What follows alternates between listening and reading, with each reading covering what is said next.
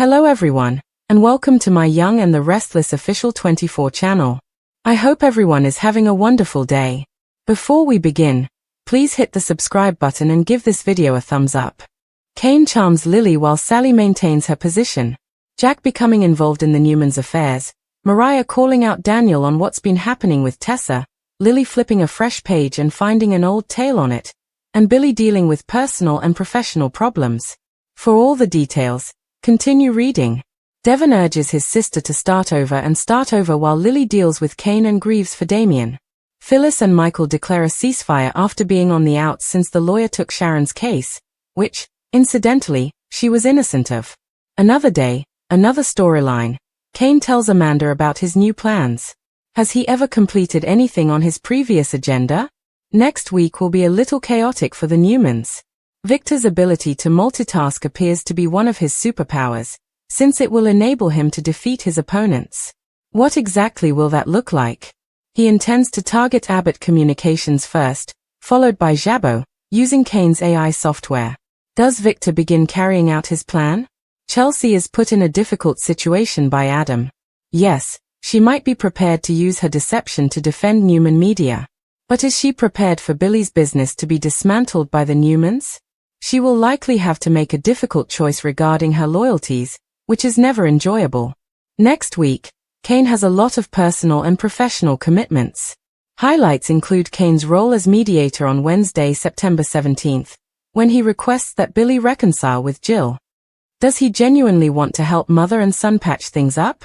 Kane uses his charms on Lily on Thursday, September 18th. His attractions haven't meant much to his ex-wife thus far. She does, however, appear to be gradually become more tolerant of Kane. Will his charms be effective, then?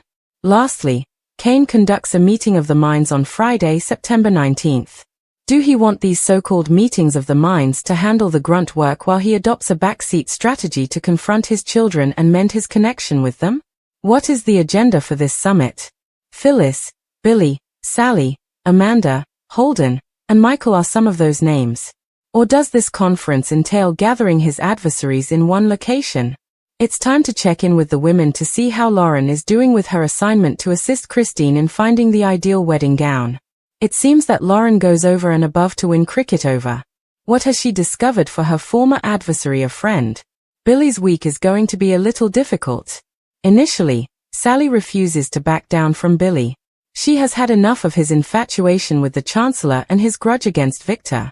Does she express her disapproval in any other way, or does she just verbally defend her position? Finally, Daniel is confronted by Mariah regarding Tessa. Mariah confessed to Tessa earlier last week, but we have yet to hear what else she has to say. She must have spotted something between Tessa and Daniel when she came up to her wife in the park. She's now checking in on what?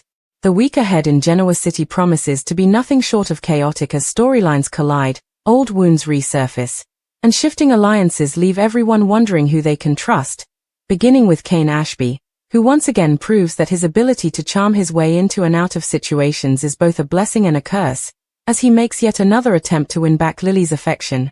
Lily, grieving Damien's loss and still questioning the choices that led her to this point, finds herself caught between her brother Devon's heartfelt plea to start fresh and Kane's relentless pursuit to convince her that a reconciliation is not only possible but necessary for the sake of their shared history and their family's fractured sense of unity.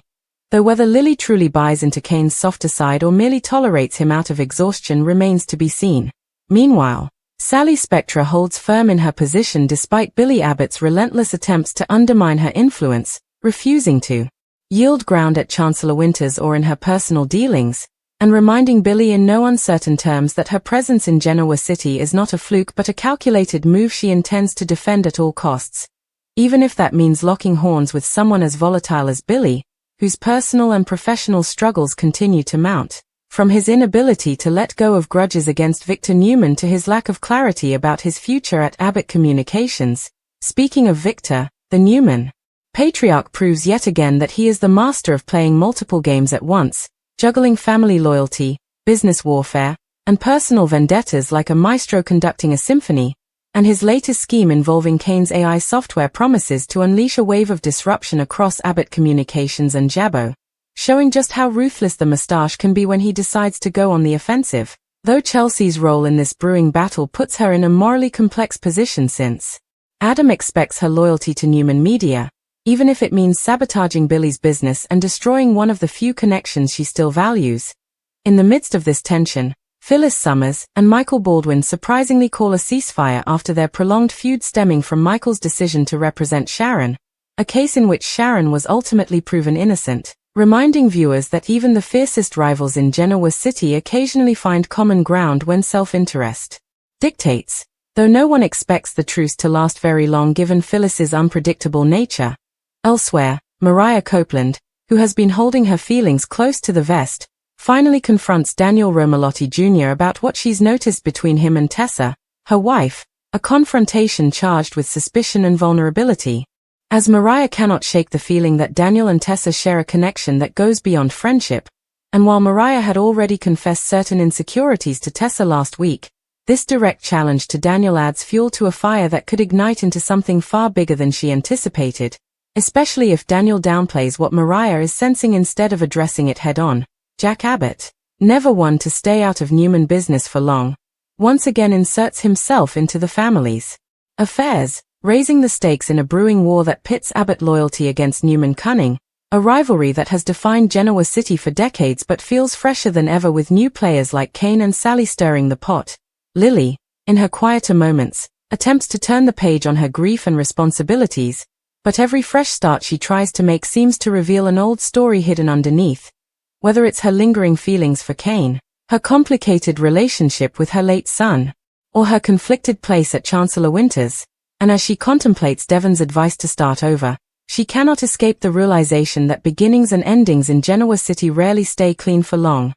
Kane himself is busier than ever this week, juggling personal and professional obligations in ways that stretch even his knack for improvisation, first stepping in as mediator on Wednesday, September 17th. When he attempts to repair the fractured relationship between Billy and Jill, a move that seems altruistic on the surface but raises eyebrows about Kane's true motivations. Does he genuinely care about helping Jill and Billy reconcile, or is this merely another way to position himself as indispensable in the lives of others? Before turning his attention back to Lily on Thursday, September 18th, when he deliberately leans into his old bag of charms in a bid to sway her heart once more. Though while Lily has long since built walls against Kane's manipulations, subtle cracks are beginning to show, making fans wonder if her grief and longing for stability will leave her vulnerable to Kane's advances after all. By Friday, September 19th, Kane ups the ante even further by hosting what he dubs a meeting of the minds. Though no one is quite sure whether the summit is truly about fostering collaboration among allies or corralling adversaries into one place to keep an eye on them, with names like Phyllis, Billy, Sally, Amanda, Holden, and Michael floated as possible attendees, raising speculation that Kane is deliberately drawing both friends and foes into his orbit as part of a larger strategy to reclaim control over his life and legacy. In the background of these headline-grabbing events, Lauren Fenmore takes on a lighter yet meaningful task as she assists Christine Cricket Blair in finding the perfect wedding gown, an assignment that underscores the enduring bond between the two women who were once adversaries but have since developed a mutual respect, and Lauren's determination to go above and beyond for Cricket highlights her own quiet strength and the loyalty she brings to those she considers friends, even when the rest of Genoa City is spiraling in chaos. Yet amid all the upheaval, Billy's arc remains one of the most fraught, as he not only contends with Sally's refusal to back down and her insistence on defending her role and her vision but also wrestles privately with the weight of expectations, old resentments, and the gnawing fear that he is once again spiraling into self-sabotage, leaving fans to question whether Billy will find a way to recalibrate before he loses everything or whether he will allow his stubborn pride to drag him further into ruin. As for Sally, her ability to remain steadfast in the face of Billy's antagonism only cements her place as one of the most intriguing figures in the current landscape, a woman who refuses to be bullied or silenced, and her resilience is all the more striking when contrasted with Kane's slippery maneuvering and Billy's internal chaos, making her a pivotal force in the ongoing power struggles. With Victor pulling strings, Kane maneuvering for influence, Lily at a crossroads of the heart, Billy battling his own demons, Sally asserting her presence, Phyllis testing alliances, and Mariah digging into Tessa and Daniel's dynamic, the canvas of Genoa City is brimming with tension, secrets, and choices that could alter relationships and businesses alike. And while Devon's advice to his sister about starting over resonates as a hopeful refrain, the reality is that in this town, every fresh page written seems destined to reveal a story already etched beneath the surface, waiting to re-emerge when least expected. If the first half of the week sets the chessboard, the second half ensures that every piece is forced to move, and Kane Ashby, true to form, refuses to stay still, taking center stage as his delicate dance between charm and ambition threatens to unravel everything he has been trying to rebuild.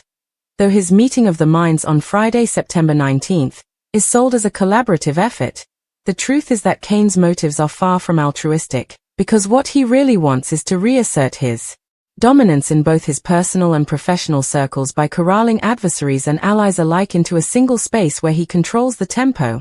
And this manipulative streak does not go unnoticed by Amanda, who recalls that Kane has left trails of unfinished agendas before, making her question whether his latest grand design is destined to fizzle out the way so many of his past schemes have. Still, Kane's ability to charm Lily earlier in the week becomes the emotional backbone of his narrative, because for all the business maneuvering and clever speeches, Kane's heart continues to circle back to his family, especially Lily, whose resistance to him is softening not because she forgets the pain he caused but because grief has a way of blurring the lines between memory and reality, and Kane seems to sense this vulnerability, leaning into it with just the right mix of sincerity and nostalgia, to remind her of the life they once built together. Though whether Lily's heart can truly reopen to him is one of the most tantalizing questions hanging over the week. Meanwhile, Sally Spectra's own journey runs in sharp contrast to Kane's, for where he relies on manipulation and seduction, Sally's survival comes from sheer grit and an unrelenting refusal to be sidelined, and her showdown with Billy Abbott becomes a defining moment, not because she crushes him with flashy declarations or bold moves, but because she stands her ground calmly and firmly, showing him that she is not just a flash-in-the-pan opportunist but a woman with a clear vision. And while Billy storms with frustration at being stonewalled, Sally thrives under pressure, her calm defiance rattling Billy more than any dramatic confrontation could. Still, Sally is not without her own doubts, especially as whispers circulate that Victor intends to use Kane's AI technology to dismantle Abbott Communications and, by extension, the business Sally is trying to stabilize. And though she refuses to show weakness to Billy, in her private moments Sally cannot help but wonder if she has unwittingly placed herself in the crosshairs of one of Genoa City's deadliest corporate warriors, the Moustache himself. Victor Newman, of course, thrives in precisely these kinds of storms, his multitasking brilliance on full display as he weaves together threads of corporate espionage, family loyalty, and psychological warfare. And though many underestimate his stamina at this stage of his life, Victor proves once again that he is far from done, because his scheme to target Abbott Communications through Kane's AI project is not simply about business. It is about legacy, dominance, and ensuring that no one forgets that he is the undisputed titan of Genoa City. What makes Victor's latest plan particularly dangerous is that it feels personal, as though every strike against Jabbo and Abbott Communications is also a strike against Jack Abbott, his lifelong rival, which explains why Jack is suddenly unable to stay on the sidelines and finds himself dragged yet again into Newman affairs despite his better judgment. Because if Victor intends to use Kane as a pawn in his ongoing war against the Abbotts, then Jack cannot simply sit back and watch his family's empire dismantled, even if it means playing into Victor's hands by engaging directly. Jack's re-entry into the fray has ripple effects that extend far beyond the boardroom, especially for Billy, who finds himself torn between his brother's increasingly alarmist warnings and his own personal spiral, because Billy's week is not only defined by his clashes with Sally but also by the inner demons that continue to plague him. The pressure of living up to the Abbott name, the resentment he still carries toward Victor, the guilt he harbors about choices from his past, all of it simmers beneath the surface, and though Billy tries to focus on business, his restless nature betrays him, manifesting in impulsive decisions, rash words, and late-night brooding that leaves him looking increasingly unstable.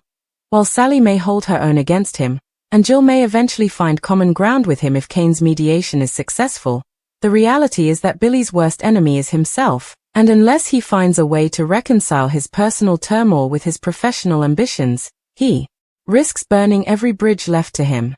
Amidst the chaos of corporate battles and romantic entanglements, the more intimate, character-driven drama unfolds in quieter but no less impactful moments, particularly in the storyline of Mariah Copeland, Tessa Porter, and Daniel Romalotti Jr., where suspicion and vulnerability weave a dangerous web. Mariah, ever intuitive, cannot shake the image of Daniel and Tessa in the park together, a moment that might have been innocent but lingers in her mind as something more, and though she already bared some of her insecurities to Tessa last week, her decision to confront Daniel directly shows just how deeply this doubt has burrowed into her, because for Mariah, honesty is survival, and silence feels like betrayal. Daniel, for his part, is blindsided by the confrontation, unsure whether to laugh off Mariah's concerns, take offense, or admit that there is indeed a connection between him and Tessa that transcends friendship, and the longer Daniel hesitates, the more Mariah's imagination runs wild, creating cracks in her marriage that could widen if not addressed quickly. Tessa, caught in the middle, becomes the unspoken focal point of the triangle, her loyalty to Mariah unquestioned but her bond with Daniel undeniable, raising the stakes for all three as fans wonder whether Mariah's protective instincts will save her marriage or destroy it by pushing too hard at something that might have remained dormant if left alone. Elsewhere, Phyllis Summers and Michael Baldwin's ceasefire offers a brief reprieve from the constant bickering that defines so many Genoa City relationships, but in truth, this détente feels less like a genuine reconciliation and more like two seasoned players agreeing to step back from battle while they prepare for the next round, because both Phyllis and Michael are too proud, too stubborn, and too accustomed to conflict to let bygones truly be bygones. Still, the mere fact that they are willing to pause their feud speaks to the shifting dynamics in town, where unexpected alliances are forming in response to larger threats, and where even old enemies can find common ground when it serves their interests, though everyone watching knows that it is only a matter of time before one of them reignites the spark of their rivalry. Adding a lighter yet symbolically important thread to the week is the storyline of Lauren Fenmore and Christine Cricket Blair, whose search for the perfect wedding gown offers not only a moment of levity but also a poignant reminder of how far these characters have come. Once bitter adversaries locked in endless cycles of rivalry, Lauren and Christine now find themselves in a place of mutual respect, with Lauren determined to go above and beyond in helping Christine prepare for her big day. Not just as a designer or a professional but as a friend. The symbolism of this arc cannot be overstated, because in a week dominated by power struggles, betrayals, and manipulations, the act of one woman helping another find joy in a moment as personal as a wedding is a rare and refreshing reminder that love and loyalty still exist in Genoa City, even if they are sometimes overshadowed by chaos. Back on the business front, Chelsea Lawson's predicament continues to escalate as Adam pressures her to prioritize Newman Media's interests, even if it means undermining Billy's work and aligning herself with Victor's destructive plan. Chelsea's internal conflict is palpable, because while she has often chosen deception as her weapon of survival, the thought of betraying Billy, whether professionally or emotionally, does not sit easily with her, and the longer she hesitates, the more dangerous her position becomes, because Adam is not known for his patience, and Victor is not a man to be kept waiting. Chelsea's choice, when it finally comes, will not only define her future but could also tip the balance of power in the Newman-Abbott war, making her one of the most pivotal wildcards of the week. As the week barrels toward its climax, what becomes increasingly clear is that every character is standing at a crossroads. Kane must decide whether his manipulative streak will sabotage his desire to reconnect with Lily and his children, or whether he can finally learn to prioritize authenticity over charm. Lily must decide whether to let grief and nostalgia pull her back into Kane's orbit or to follow Devon's advice and carve a truly fresh path for herself. Billy must confront the reality that his professional grudges and personal demons are dragging him down a road he may not recover from, unless he finally makes peace with his past. Sally must find a way to defend her ground against not only Billy but also Victor's looming presence, proving once and for all that she is more than a survivor. She is a contender. Mariah must decide whether to trust her marriage and Tessa's love or to continue digging into Daniel's bond with Tessa, risking a self-fulfilling prophecy. Jack must walk the line between protecting his family and falling back into the old Abbott-Newman wars that have consumed so much of his life. Phyllis and Michael must see whether their ceasefire is the start of a fragile alliance or just the calm before the storm. Chelsea must face the moral and emotional cost of her loyalties. And Victor, as always, must decide just how far he is willing to go to secure his legacy, knowing that every victory comes with a price. By the time Friday's meeting of the minds arrives, The tension will be at its peak, with Kane attempting to preside over a gathering that could either serve as the foundation for a new power coalition or explode into open conflict, depending on how his carefully curated mix of allies and adversaries respond to being placed in the same room. The very idea of gathering figures like Phyllis, Billy, Sally, Amanda, Holden, and Michael under one roof feels like a recipe for fireworks, and whether Kane emerges as a respected mediator or a manipulative opportunist will depend entirely on how he handles the combustible dynamics he has unleashed. In a town like Genoa City, where every smile hides an agenda and every truce masks a rivalry, one thing is certain: the week ahead will leave no one untouched, and the fallout from these storylines will echo far beyond the immediate drama, reshaping alliances, relationships, and power structures in ways no one can fully predict. As the so-called meeting of the minds takes shape, Kane positions himself at the head of the table like a man who believes he can finally control the chaos he himself invited. Yet the atmosphere crackles with suspicion the moment Phyllis and Sally exchange barbed pleasantries, their rivalry simmering just beneath the surface. Billy, impatient and already irritated that Kane dared to summon him at all, quickly challenges the legitimacy of the gathering, accusing Kane of orchestrating another self-serving performance instead of offering real solutions, while Michael observes quietly, every bit the calculating lawyer, storing each word for future leverage. Amanda, however, cuts through the noise with pointed questions about Kane's true agenda, reminding the room that his history of unfinished projects hardly inspires confidence, and Holden leans forward with interest, curious whether Kane's promises are smoke or substance.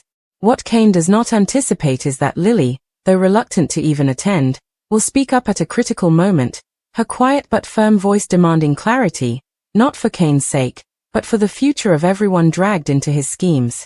In that instant, the summit shifts, because Kane realizes that winning Lily's respect is the only way his plan stands a chance of surviving the storm.